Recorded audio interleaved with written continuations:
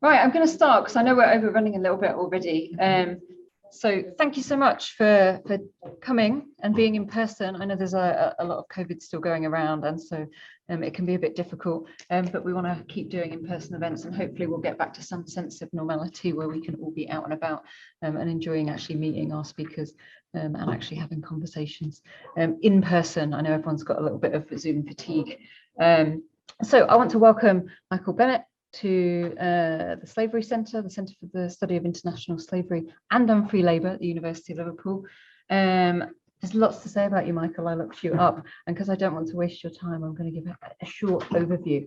But Michael got his PhD in 2020, and he's done loads since then already. So you've been working hard, but your PhD was on merchants, finance and slavery in 17th century Barbados. Oh, I've realised I'm stepping away from the camera, so our Zoom people might not be able to see me. So again, it's another sort of thing you have to be aware of. And since then, he has taken part in research for the Bank of England, looking at their links to slavery and the transatlantic slave trade.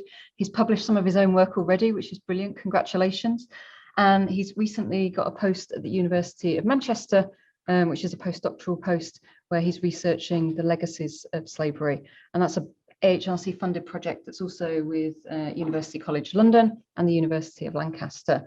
So it's a big project, and again, well done for doing that. So originally you did your PhD at Sheffield and you were a researcher there too. So I don't know how you fitted all this in actually. I'm pretty sure I didn't do this much straight after my PhD. Indeed. Yeah, so I don't want to take up any more of your time to talk about your research, and I'm sure there'll be lots of questions afterwards. So I'm just going to introduce your title, which is English Merchants, the Transatlantic Slave Trade and African Slavery in Early Barbados, 1640 to 1672. Is that right, or is it 1772? Right. Okay, great. I couldn't read my own handwriting. So do you want to come on up? And for our online audience, there might be a little bit of faffing now. It's just because I'm a lot shorter than Michael, so we have to change the camera.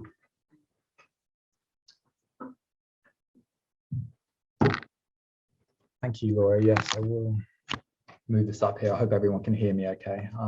So good evening, everybody. And thank you very much for taking time out of your busy schedules to join me for this presentation this evening.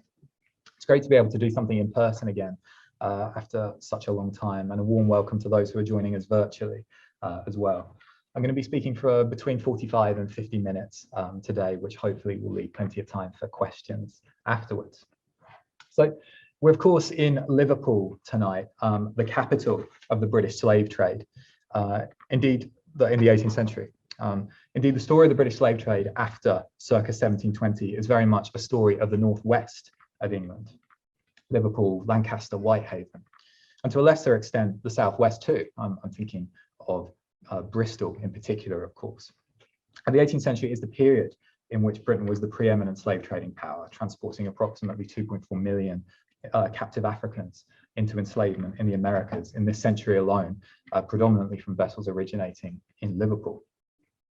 But tonight in my presentation, I want to explore the origin story of Britain's sustained participation in the transatlantic slave trade. And to tell this story, it's necessary to move away and move our focus away from the northwest and instead to the southeast of England, the City of London in particular, where in the middle decades of the 17th century, London merchants and businessmen were beginning to escalate their involvement in the trafficking of enslaved Africans across the Atlantic. They did this to meet the rapidly increasing demand for labour in the Caribbean island of Barbados, which in the 1640s was undergoing an export boom following the recent growth in sugar production there. Now, this was an episode known to historians as the Caribbean sugar boom, a period of remarkable economic expansion and social change which began in Barbados in the 1640s. Events in Barbados precipitated the expansion of African slavery and the sugar plantation complex within the British Empire, institutions that would transform the demography, culture and environment of vast swathes of the Americas.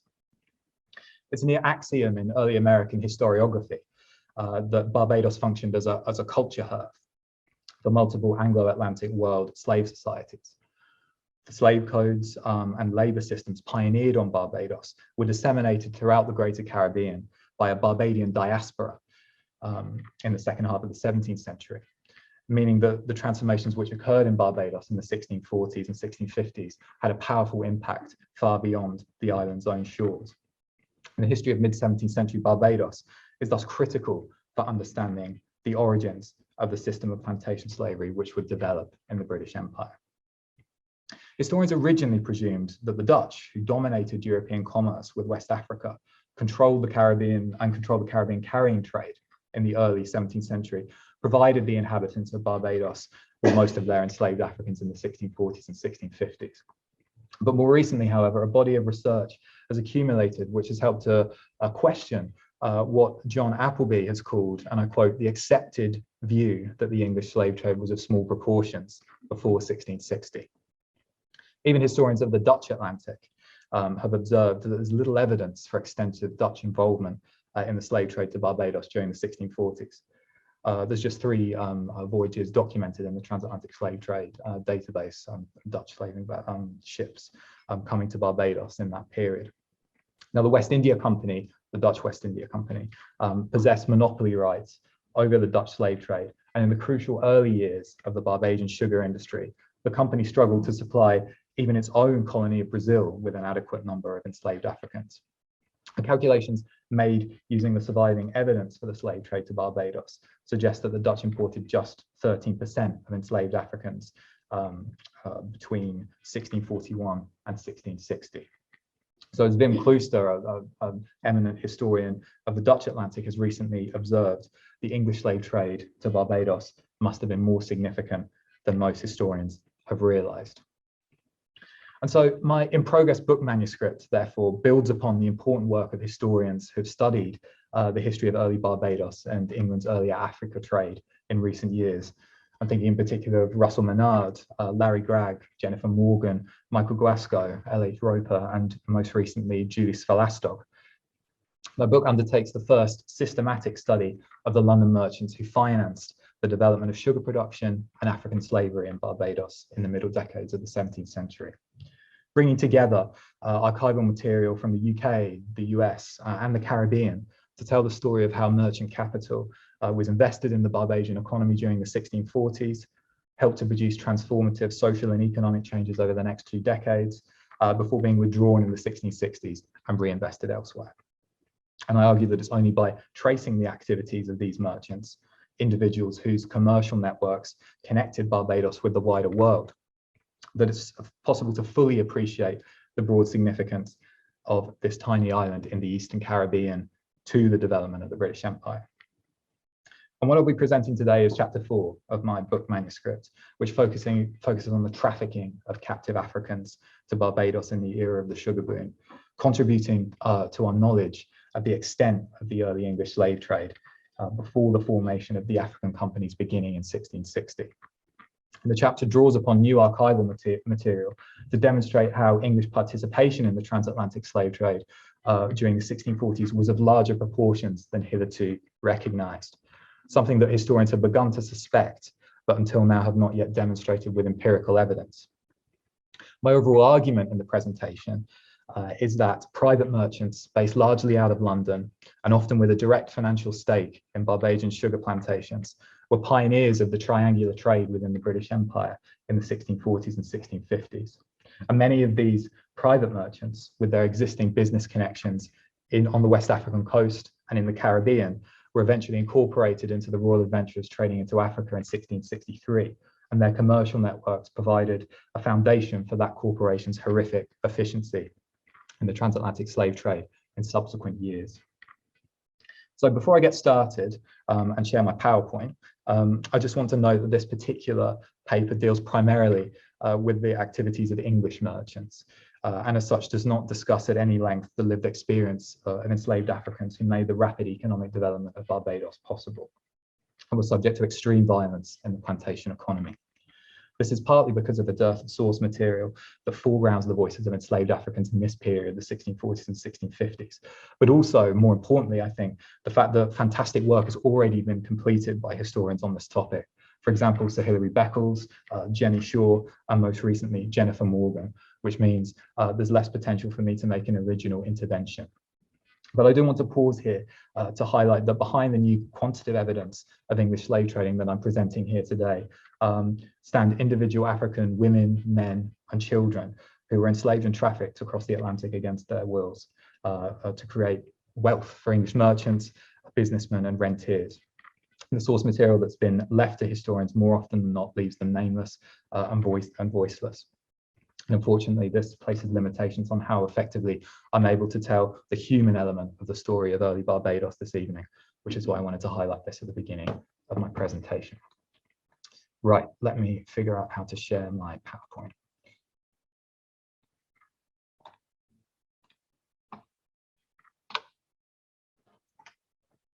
The first recorded instance of European involvement in the trafficking of enslaved Africans in the Atlantic world was in 1444, when a Portuguese chronicler observed the suffering of 250 captive Africans at the docks of Lagos in Portugal.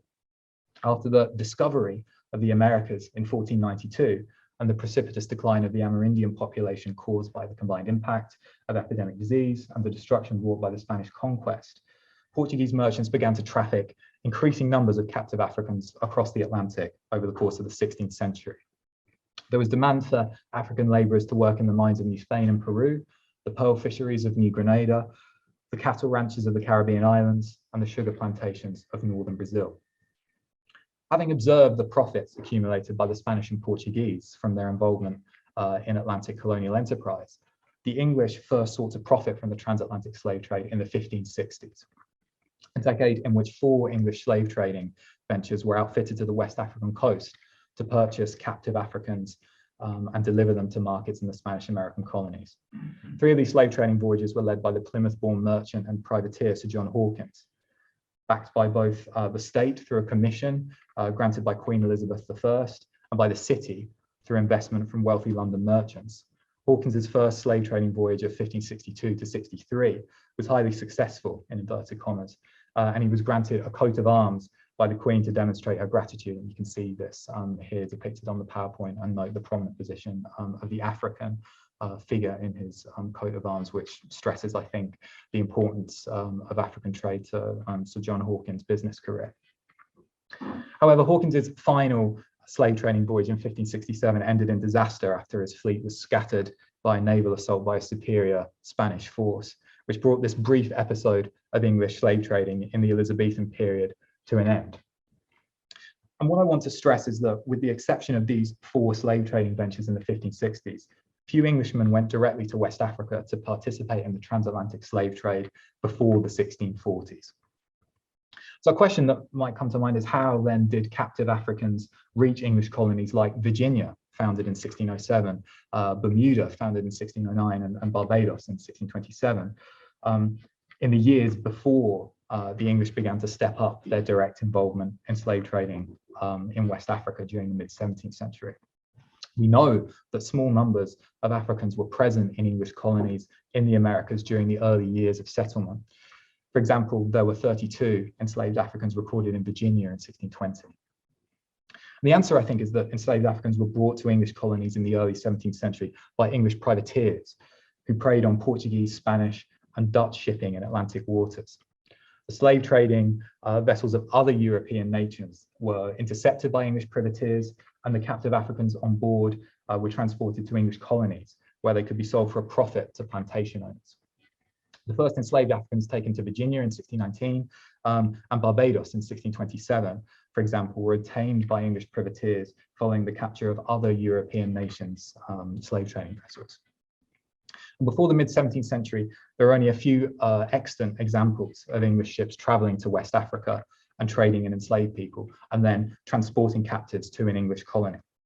In 1626, the London merchant Maurice Thompson transported, and I quote, about 60 slaves to the 1,000-acre plantation he co-owned on the Caribbean island of St. Christopher, which is modern-day St. Kitts.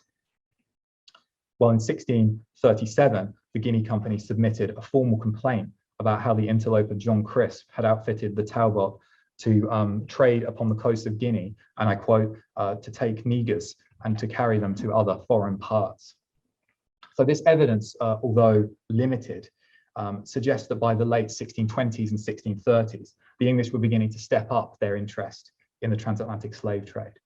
And their increasing slaving activity was stimulated by a growing English commercial presence in West Africa in the gold, ivory, and redwood trades, following the chartering of the Guinea Company in 1618, and the growing demand for slave labor to work in the developing plantation economies at English colonies in the Chesapeake and the Caribbean. But it's nonetheless clear that slaving expeditions like Maurice Thompson's 1626 voyage, which constitutes the first recorded English slave trading venture to an English colony, were the exception rather than the rule in this period. And that England's direct involvement in the trafficking of enslaved Africans across the Atlantic only began to take off in a sustained fashion in the 1640s. And this was, of course, nearly 200 years after the first Portuguese slaving voyage, which demonstrates, as many other scholars have noted, how the English were relative latecomers to colonial enterprise and slave trading when compared to other European nations such as the Spanish and Portuguese. When it came to Atlantic slavery, the English were mostly imitators, not innovators, and Iberian precedents were key.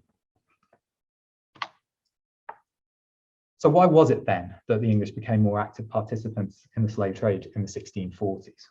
There were a variety of intersecting factors, I argue, that underpinned the expansion of English slave trading in the 1640s on both the supply and the demand side of the equation. On the supply side in West Africa, the formation of the English Guinea Company in 1618 and its rechartering in 1631 was instrumental in deepening the English presence in West Africa through the formation of permanent trading outposts on the Sierra Leone River and on the Gold Coast.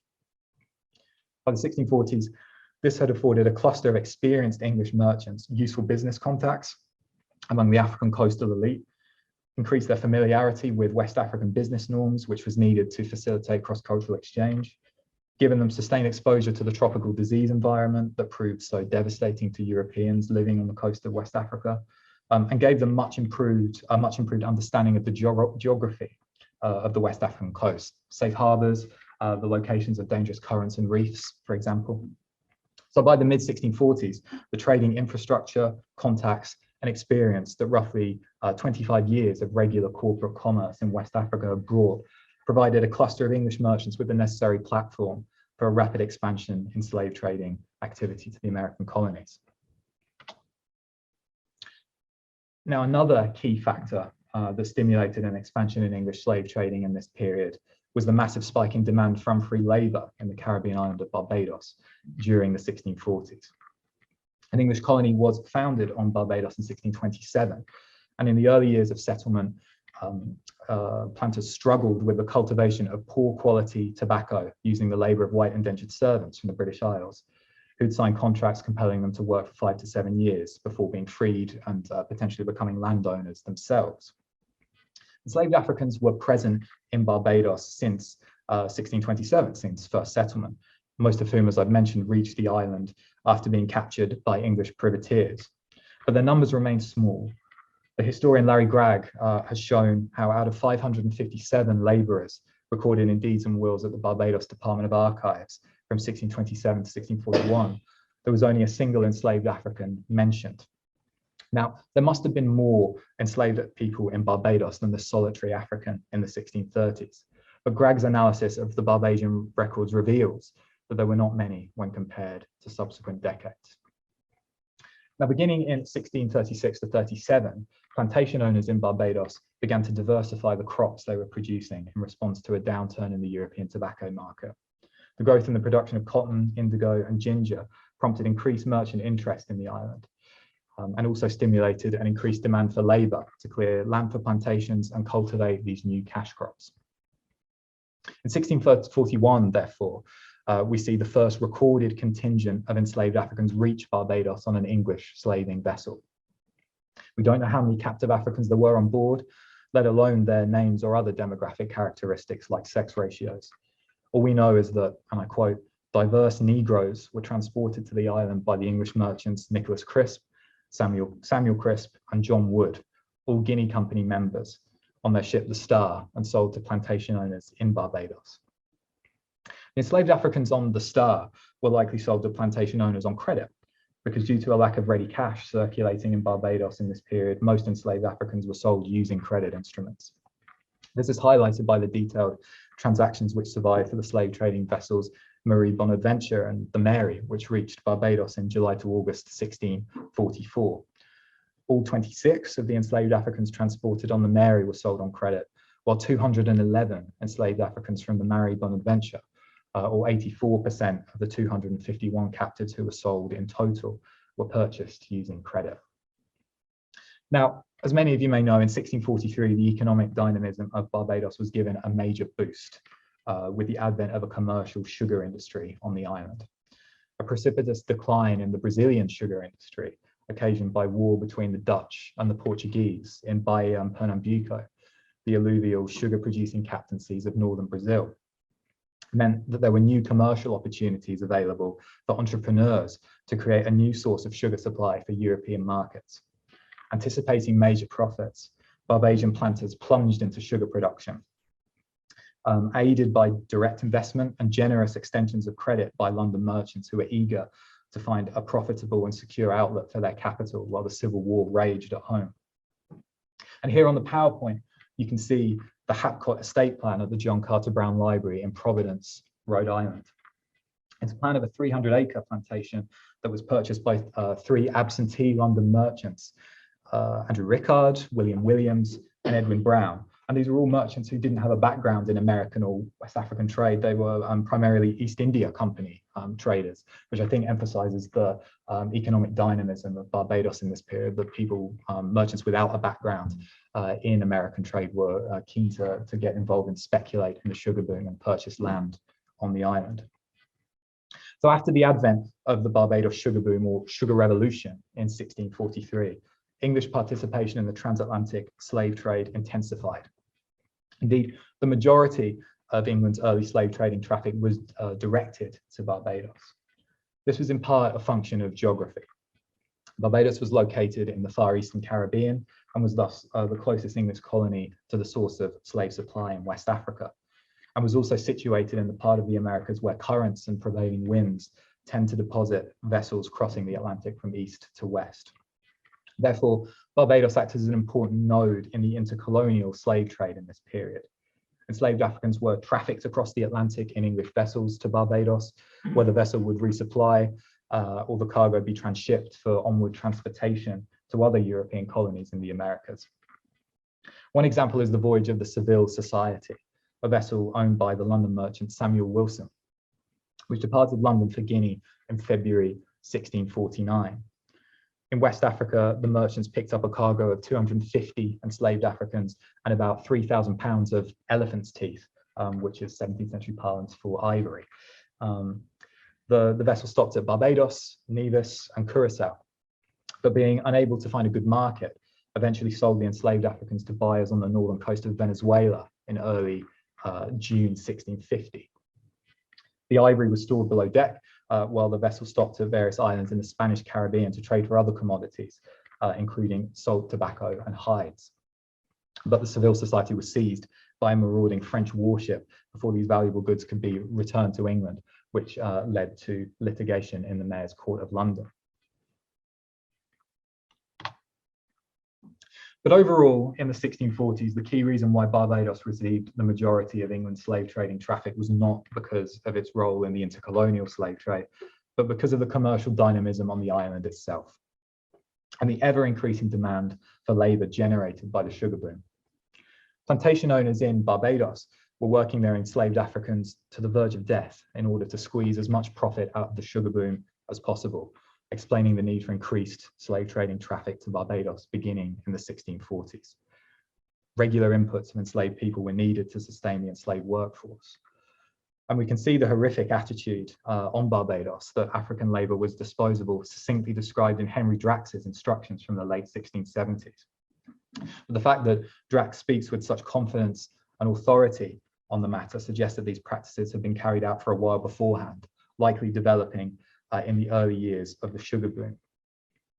Drax described, and I quote, how Negroes were useful for carrying on the plantation business to a great height, but that to supply the places of those that shall be deceased or die, you will want a yearly recruit of 10 or 15. And if epidemic disease should strike the plantation, then 20 new Africans might be needed in a single year. It was in 1640s Barbados, therefore, that the English first began to implement on a large scale the horrific practice of working enslaved Africans to the point where they were either dead or infirm, and regularly replacing them through the transatlantic slave trade. Now, at this point, I think it's useful to take a closer look at the data. The available quantitative evidence is less than satisfactory. There are just 19 slave voyages to Barbados under the English flag recorded in the Transatlantic slave trade database for the 1640s. And that's as of October 2020, when I finished off this section for my PhD. But it's important to note that the slave trade database isn't a static database, so it's possible this number has changed slightly. However, by conducting research in the High Court of Admiralty papers and the Mayor's Court depositions, which are archives that historians of early America tend not to consult, I found evidence of at least 35 English slave trading ventures to Barbados in the 1640s, which nearly doubles on the number of known slaving voyages dispatched by English merchants to the island in that decade. The frequency of English slave trading ventures to Barbados increases even further in the 1640s, again outstripping that currently recorded in the Transatlantic slave trade database. And you can see part of my data set on the PowerPoint slide, and apologies for the slight blurriness of this image as well. While preparing for this presentation the other day, I couldn't find the original Excel file on my hard drive, so this is a screenshot from my PhD thesis, but fingers crossed I'll find it on a memory stick somewhere soon. In any case, this research enriches our understanding of the dimensions of early English slave trading, because as we've seen, it was during the 1640s that English participation in the transatlantic slave trade first began to intensify, and most of this traffic was directed towards Barbados. And I think it also helps to provide tangible evidence for what many historians have begun to suspect, that the English slave trade to Barbados was of larger proportions than hitherto recognized, and that it was mostly English merchants rather than the Dutch who were responsible for providing planters with the unfree labor necessary to precipitate the sugar boom. And my data set provides other insights too. The importance of London to the early English slave trade is evident, as the overwhelming majority of slaving ventures to Barbados in the 1640s began there. Merchants based in Bristol, the Caribbean colonies themselves, and New England were also involved, but to a lesser extent. So through my research, I've identified 86 unique English merchants in the 1640s who invested in slave trading ventures to Barbados in that decade. At least 14 of these merchants financed 2 or more voyages, and we can therefore identify them as the most important English slave traders in the 1640s. And most of these merchants, this cohort, had prior involvement in West African commerce and the American plantations during the 1630s. So due to the type of source material used to create my data set, there's some limitations to the conclusions that we can draw. The High Court of Admiralty dealt with legal cases between merchants, and as such is by its very nature a record of trading ventures that went awry. And you can see an example of a HCA deposition in the PowerPoint, which gives you an example of some of the source material I've been working with. Not very easy to read. And what this means is that while all the ventures in my data set had a charter party which specified that they were to voyage to the West African coast before then proceeding onwards to Barbados, a proportion of these journeys were never completed. A good example is the voyage of the Philip, 1646, which ran aground in the Caribbean with its cargo of enslaved Africans while en route to Barbados. So consequently, we can't make reliable approximations about the true volume of slave trading to Barbados in the 1640s from these data. But what these data do provide us, I think, is a sense of the scale of English slave trading voyages to Barbados in this decade when compared to other nations, such as the Dutch. And the estimates we can draw about the number of enslaved Africans transported into Barbados in the 1640s also have a high margin of error when we use this data set. Around half of the slave trading voyages listed in my data set don't have information about the number of enslaved Africans transported to Barbados, only that, and again I quote, diverse Negroes were disembarked at the colony. But if we were to fill in the gaps and use the imputed data of 188 enslaved people, the historians that created the Transatlantic slave trade database use as an imputed figure, then the data set would show that approximately 6,522 enslaved Africans reached Barbados in the 1640s. But this is, of course, only an estimate made from recorded slave trading voyages to Barbados. The fragmentary historical record means that it's likely that the number of enslaved Africans actually transported to Barbados in this decade would be much higher and approaches Russell Menard's estimate of 18,000 enslaved people transported, which is derived from his work on demographic statistics from the island itself. Indeed, the empirical evidence that I've uncovered here it likely represents just the tip of the iceberg of English slave trading to Barbados in the 1640s.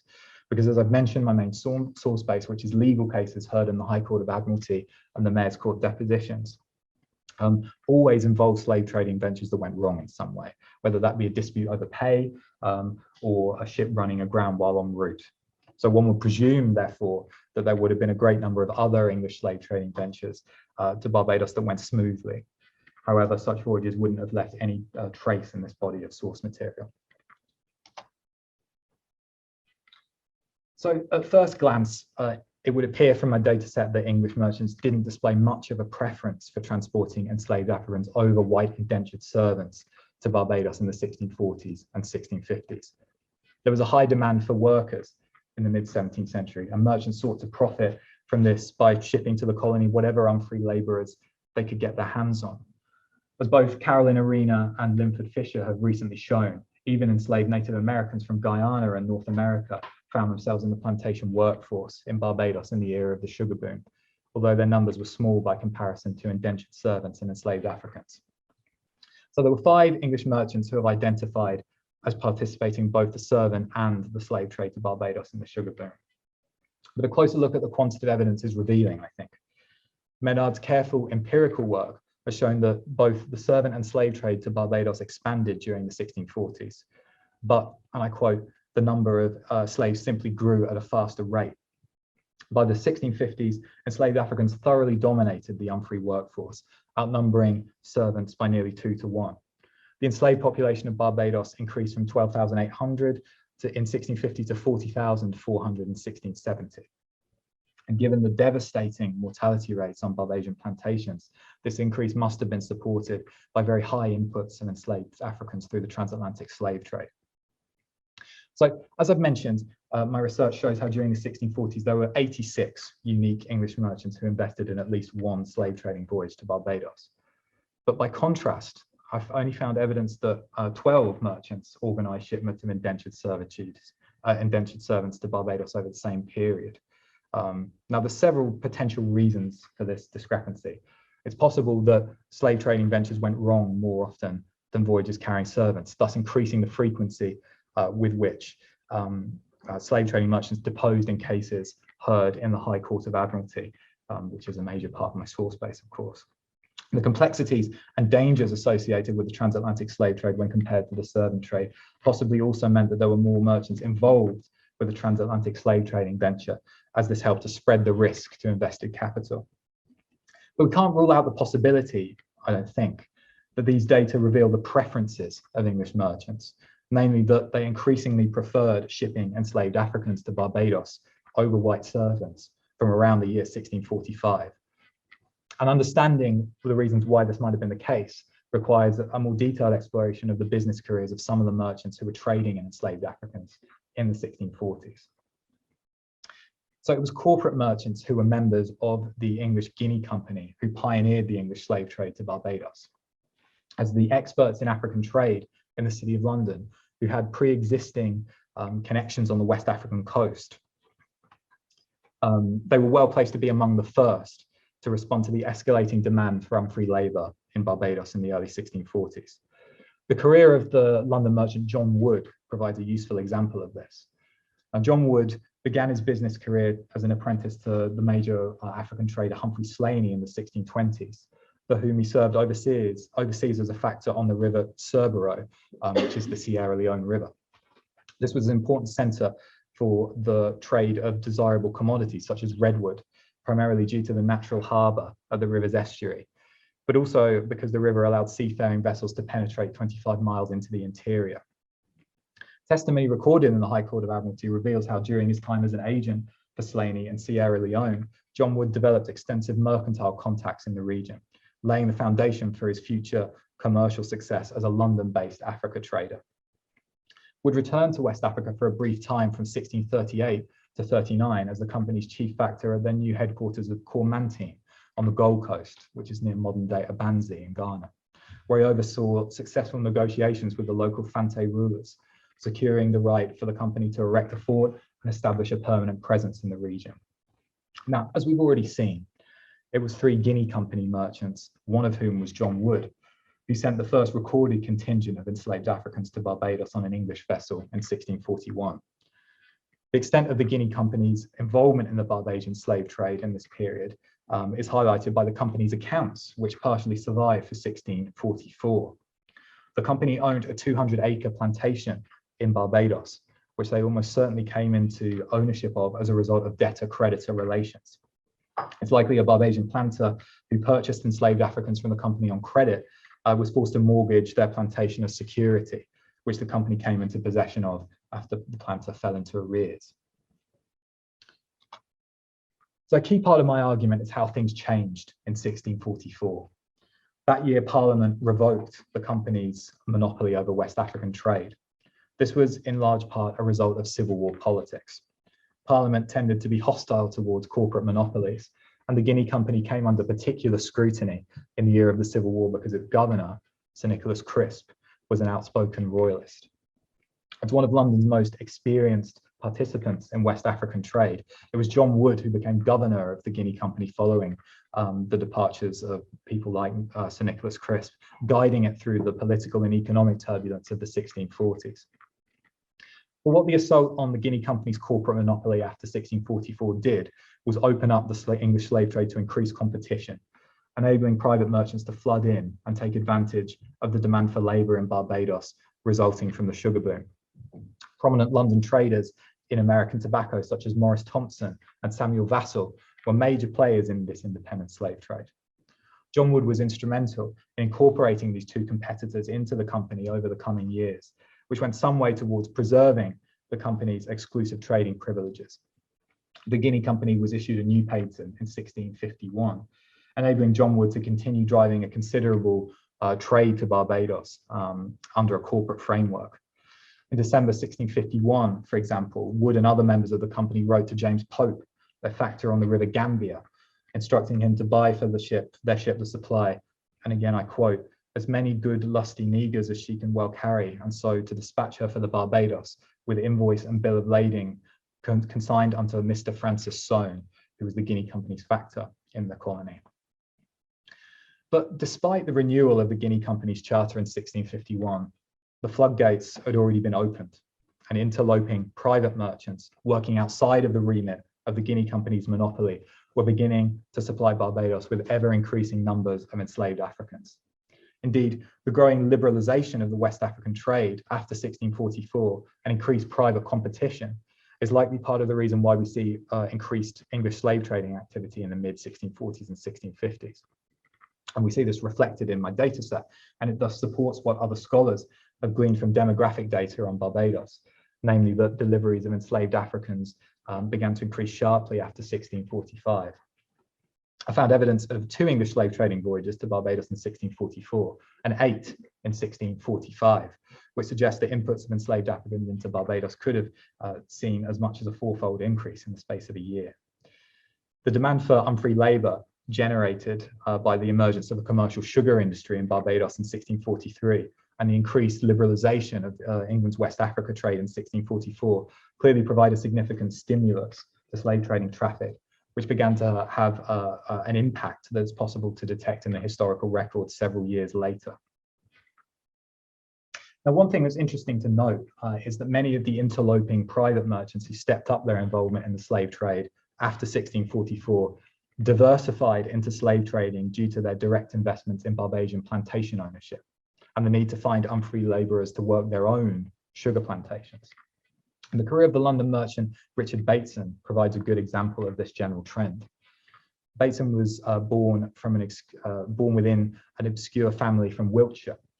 By the mid-1630s, he'd become involved in the tobacco and provisioning trade to Virginia, Bermuda, and the Caribbean. By 1640, Bateson had established himself as one of the most significant English traders to the American plantations. For instance, in 1640, he imported 15,000 pounds of Virginia tobacco into the ports of London. Bateson began a commercial relationship with Barbados around the year 1640, when the diversified export boom was in its early stages. It was the cotton trade, not the sugar trade, which first attracted his interest in the colony. In 1642, Bateson's ship, the Gillyflower, was due to receive 120 bags of cotton on Barbados on account of the London merchant Morgan Davies.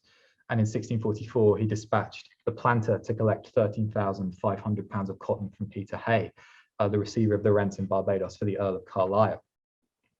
But with the expansion of the Barbadian sugar industry in the mid-1640s, Richard Bateson began to escalate his involvement with the island.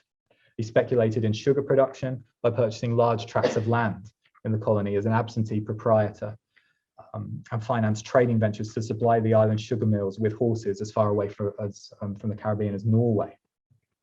Bateson's participation in slaving expeditions on the West African coast began as early as 1647, and his involvement with the transatlantic slave trade to Barbados can be interpreted as a form of backward integration. He diversified into slave trading in large part to supply his own sugar plantations with enslaved labor from West Africa. Bateson's slave trading activity deepened over the course of the 1650s, and by 1660, he was one of the leading suppliers of enslaved Africans to the colony. And in 1670, when the will of Richard Bateson was being executed, he bequeathed a 360 integrated sugar plantation in the alluvial upland parishes of St. Philip and St. George in Barbados to his nephew. And an inventory of Richard Bateson's plantation, taken at his death, reveals that the business operation had grown extremely prosperous over the years. The plantation possessed its own ingenio, or sugar mill, for the processing of sugarcane, along with a workforce of 157 enslaved Africans, which is large by Barbadian standards in this period, 8 white servants, 50 sheep, 36 cattle, and 6 horses. Bateson had begun his career trading in tobacco and cotton to the American plantations, but died a merchant made rich by the Barbados sugar industry and African slavery. And I argue that the reason why English merchants like John Wood and Richard Bateson might have increasingly favoured enslaved Africans over servants in the 1640s was not just due to internalized prejudices, but also material concerns. For merchants with plantation interests, such as Richard Bateson, the customary status of enslaved Africans on the island as permanent and inheritable property, even before the formal codification of the Barbadian slave laws in 1661, meant that enslaved Africans were another possession in which merchants could tie up their money in overseas during the disrupted Civil War years of the 1640s. And that's part of a broader argument that I make in the book, that the disruption in England during the Civil War years was a key reason in stimulating direct investment in Barbadian land in this particular decade. The growing demand for labour in Barbados in this period also meant that enslaved Africans were an appreciating asset and therefore constituted a potentially lucrative investment opportunity for merchants.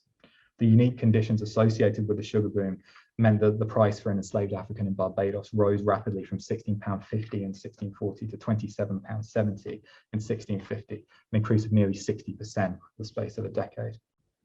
Indentured servants, by contrast, would be freed after 5 to 7 years and therefore quickly lost value over time because their value was dependent on time left to serve. And perhaps among the most important factors, I think, is that unlike indentured servants in the British Isles, many enslaved Africans imported from colonies in West Africa, such as Cape Verde and São Tomé, Portuguese colonies, some of which had been conquered by the Dutch in the early 1640s. Enslaved Africans imported from those colonies had pre-existing knowledge of the processes associated with the cultivation and processing of sugarcane. And the added benefit of their knowledge and expertise would have made enslaved Africans even more attractive as a form of unfree labour when compared to indentured servants. And we must remember, I think, that in this period, many of these Barbadian plantation owners were also English merchants that were involved in the provisioning trade and the labour trades. So my argument is that although English ethnocentrism and emergent racial prejudices, which were clearly informed by Iberian precedents, helped to explain the ease with which English merchants and planters launched into the slave trade and commodified captive Africans in the early 17th century. In the case of mid-17th century Barbados, the factors underpinning the rapid transition from servitude to slavery were largely economic in nature. So before I conclude, I just want to bring the story forward into the early 1660s. But before we do so, it's important to think through something important, which happened in the late 1650s, which is when the English slave trade to Barbados continued to intensify. But in December 1657, an important shift occurs.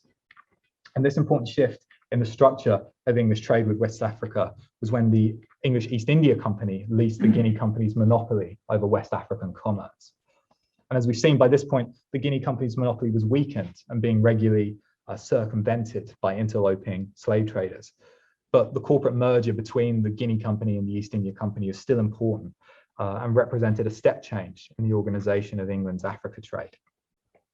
And the East India Company's growing interest in West Africa had been occasioned in part by an influx of Barbadian expertise and capital into the company when it was rechartered in October 1657. Out of 26 merchants who were elected to the executive board of the reconstituted East India Company in 1657, at least 8 had identifiable links to Barbados and were some of the leading investors in the sugar boom of the 1640s. New investors in the East India Company included James Drax, who's widely regarded to have been among the pioneers of sugar production in Barbados in the 1640s.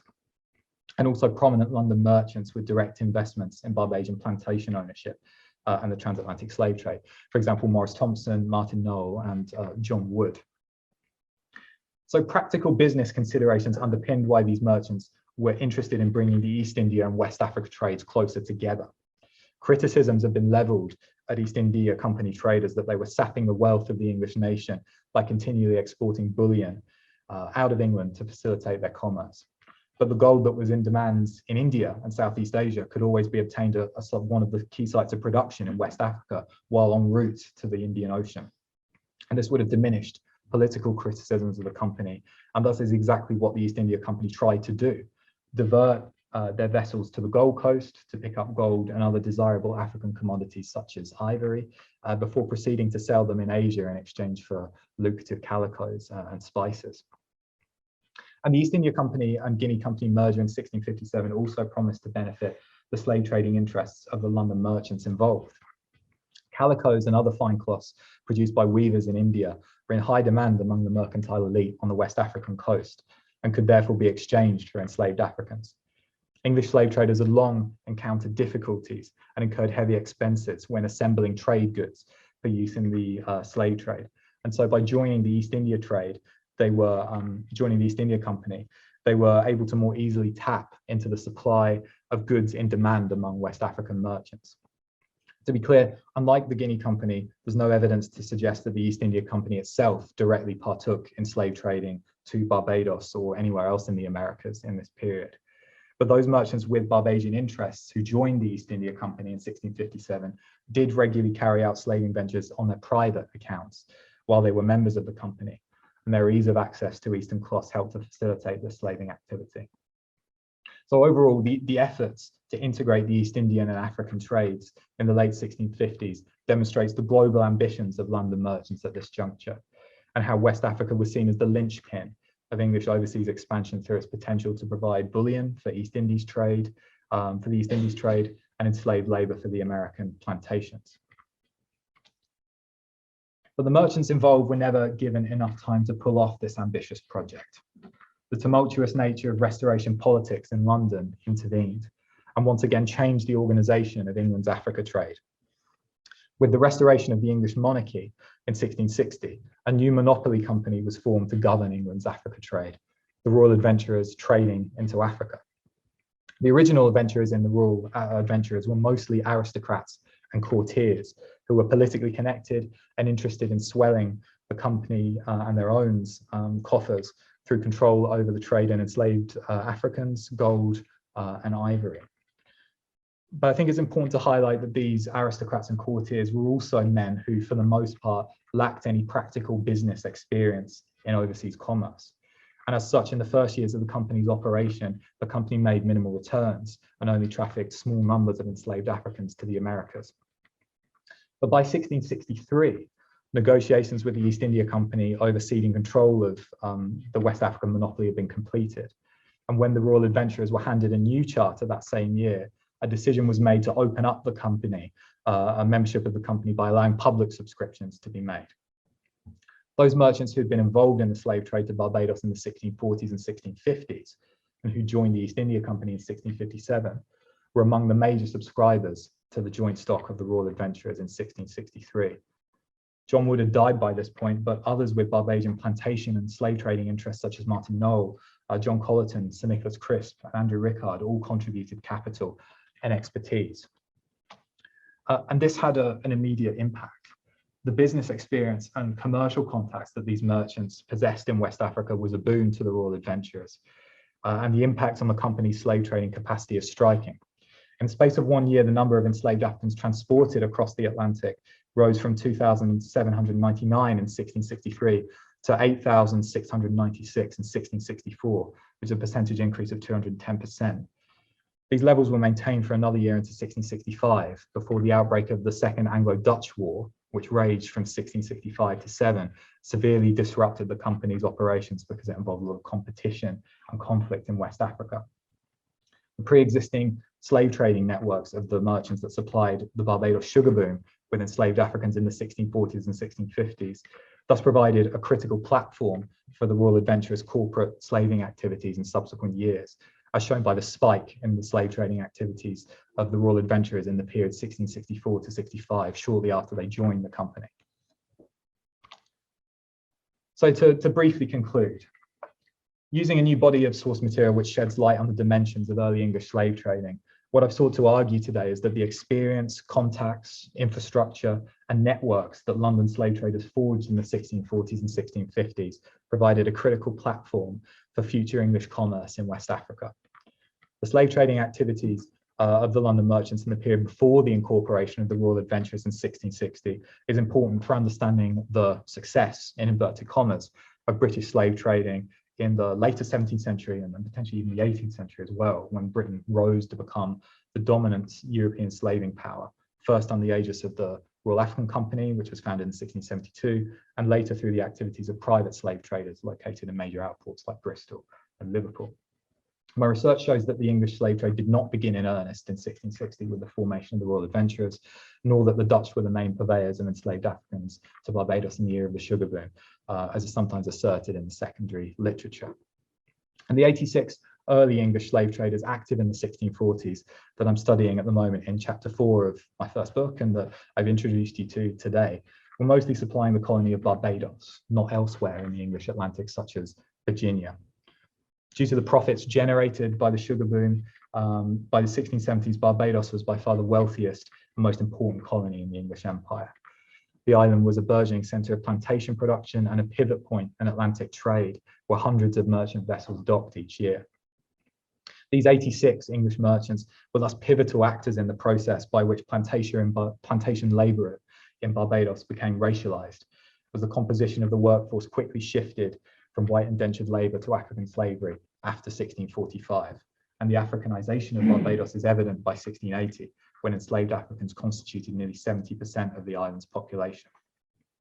I want to end by referencing the historiographical debate over the origins of slavery in the Anglo-Atlantic world. Winthrop D. Jordan famously argued that English participation in the enslavement of Africans was a, and I quote, unthinking decision.